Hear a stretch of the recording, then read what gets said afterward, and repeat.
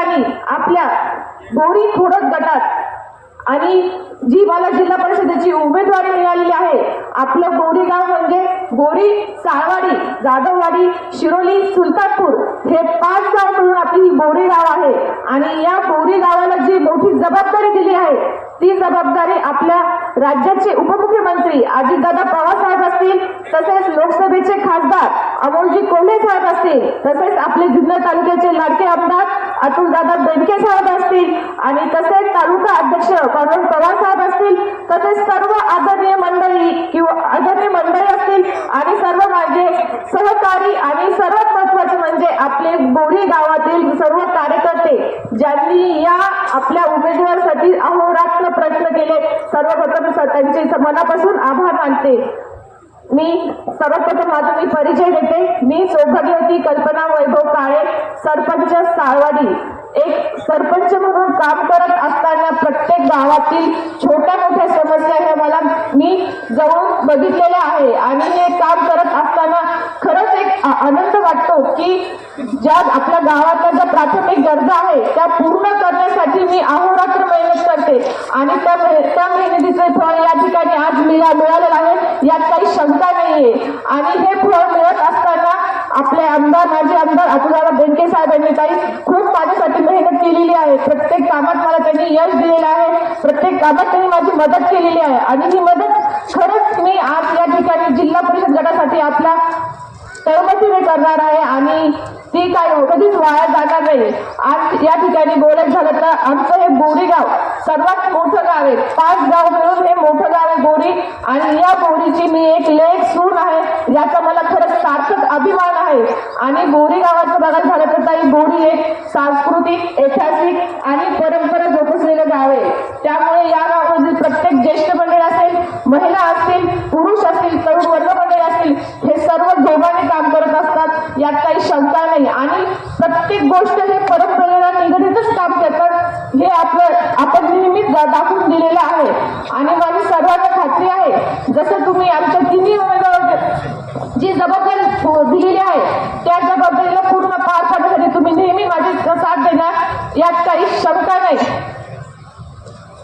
तसेच त्याप्रमाणे तुम्ही जे मतदार बंधू भगिनी आहेत तुमच्या साथीने मला या ठिकाणी ही जबाबदारी मिळेल आणि ती मी पूर्णपणे करण्याचा प्रयत्न करीन, यात काही शंका नाही. आणि मी सरपंच असताना या ठिकाणी जे मूलभूत गरजा असतात जसे की रस्ते असतील, पाणी असतील आणि व्यवस्था म्हणजे काय म्हणतात त्याला वाहतूक व्यवस्था असतील, ही सर्वात महत्वाची आहे. कारण की रस्ते जेव्हा आपण बनवतो तेव्हा वाहतूक व्यवस्थेला कोंडी होऊ नये म्हणून रस्त्यासाठी आपल्या अहोरात्र प्रयत्न करावा लागतो. तसेच आरोग्य असेल, महिला बाल कल्याण आरोग्य असेल, शिक्षण असेल, तसेच येणाऱ्या ज्या आपल्या नवीन ज्या घडामोडी असेल प्रत्येक गोष्टींचं आपल्याला ज्ञान असणं आवश्यक आहे.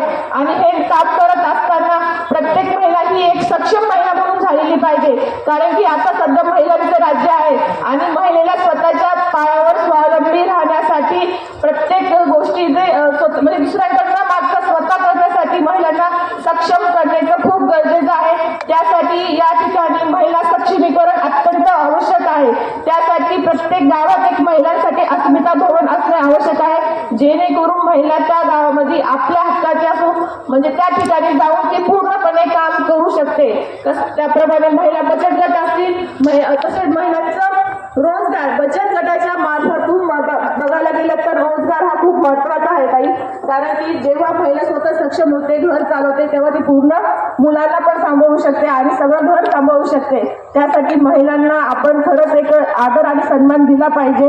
त्याचप्रमाणे जे मुले असतील त्यांच्या बाबतीत त्यांचं आरोग्य आणि शिक्षण हे सर्वात महत्वाचं आहे. कारण की जेव्हा मुले शिकली म्हणजे प्रगती झाली आणि मुलांना योग्यदार शिक्षण मिळण्यासाठी डिजिटल शाळा असणं अत्यंत आवश्यक आहे. डिजिटलच्या शाळेच्या माध्यमातून आधुनिक पद्धतीने मुलांना योग्य ते ज्ञान दिले जाऊ शकते, यात काही शंका नाही. आणि हे ज्ञान देत असताना त्यासाठी आपल्याला एक योग्य उमेदवार निवडणे हा गरजेचा आहे, जेणेकरून आपल्या बरोबर आपल्या गावाबरोबर पूर्ण गटाचा विकास करू शकेल असा उमेदवार आपल्याला निवडणं हा अत्यंत आवश्यक आहे. त्यामुळे माझी सर्व मतदार बंधू भगिनींना एकच विनंती आहे की तुम्ही मला तसेच संभाजी शेठ चव्हाण आणि आपल्या प्रगती बडे या सर्व उमेदवारांना घड्याळ चिन्हासमोर बटन दाबून विजय करावे आणि सर्वांना बहुमताने एकदम विजय करून गुलाल 7 तारखेचा गुलाल आपलाच आहे असं समजून तुम्ही समजावे एवढी माझी नम्र विनंती. आणि 5 तारखेला सर्वांनी